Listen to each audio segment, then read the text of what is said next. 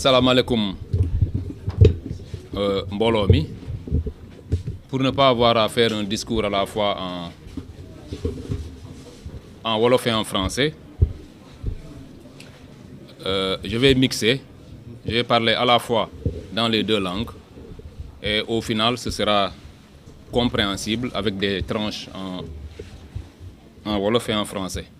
Je voudrais d'abord remercier les initiateurs de cette rencontre et saluer tous ceux qui sont autour de la table. Mon ami de Tchiki, Aladji Dam, qui avec moi nous formons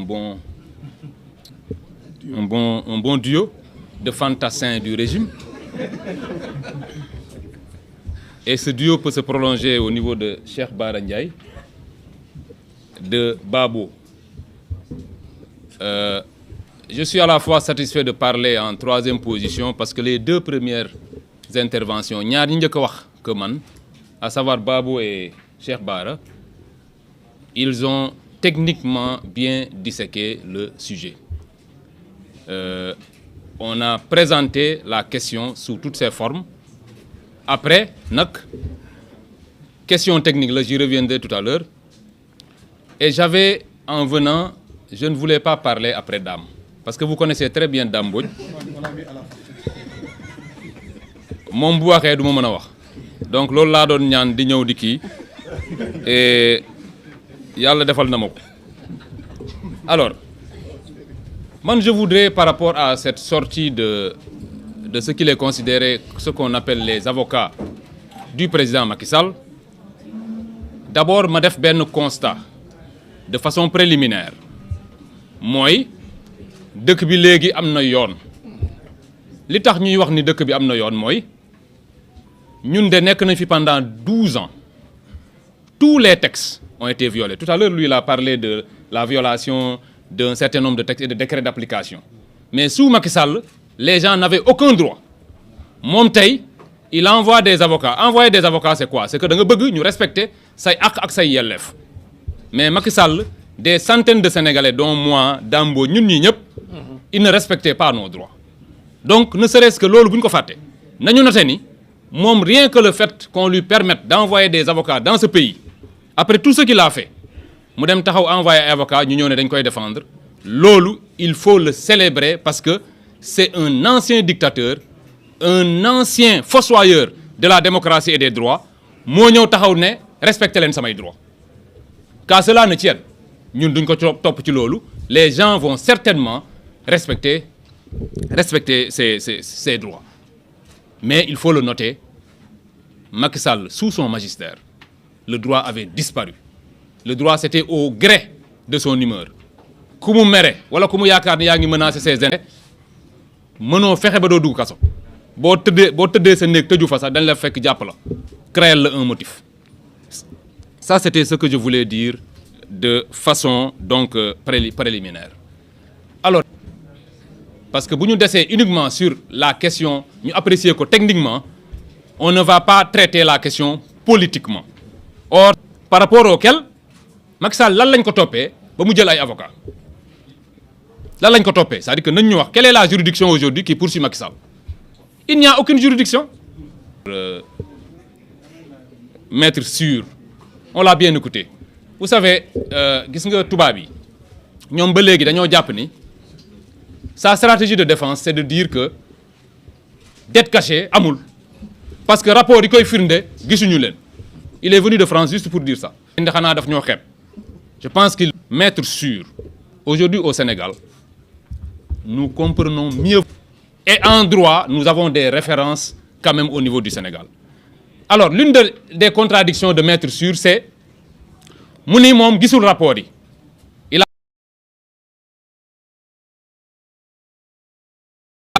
Et il a enfin parlé du rapport du cabinet Mazars.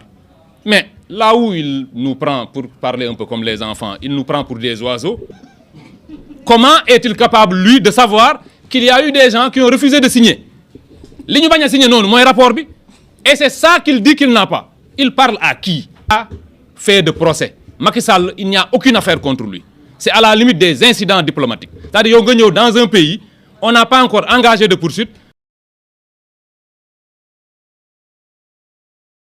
comme si nous étions en train de violer les droits.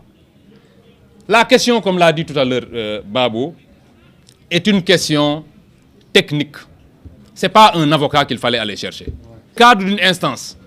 Et je ne pense pas que Olivier Sur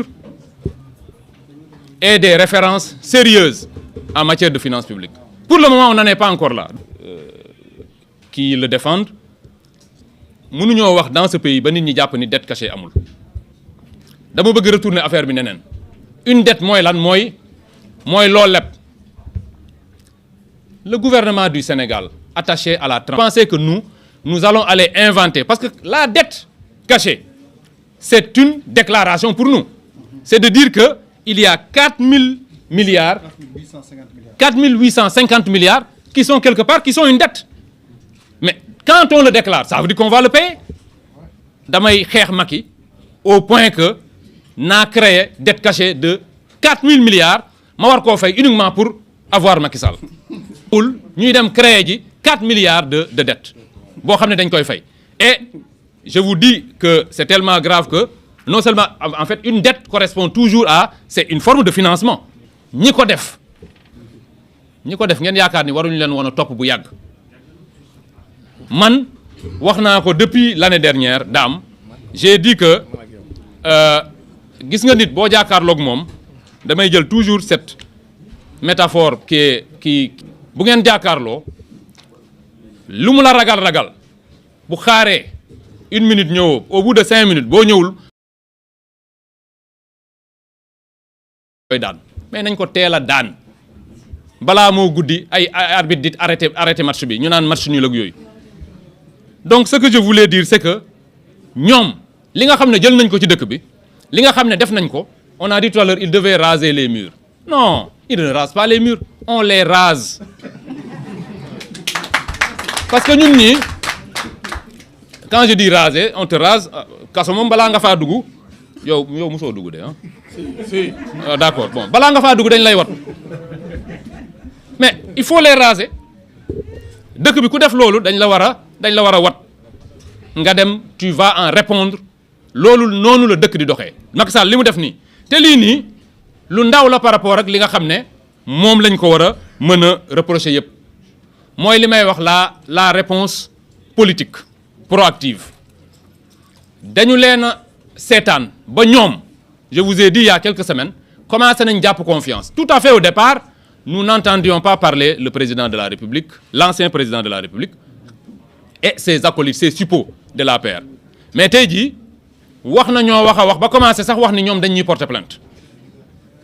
Ça veut dire quoi? Ça veut dire que la stratégie pour ñoom c'est il faut juste faire diversion gars yi ñu ngi ñëw ci man mais pour gëmloo ni man defuma dara man naa leen njëkk a song naa leen attaquer et c'est en cela que je considère que il faudrait que la reddition des comptes soit complète te ki gën a nekk cible ki nga xam ne moo fi gën a def loo xam ne war nañ koo mën a topp c'est Macky Sall.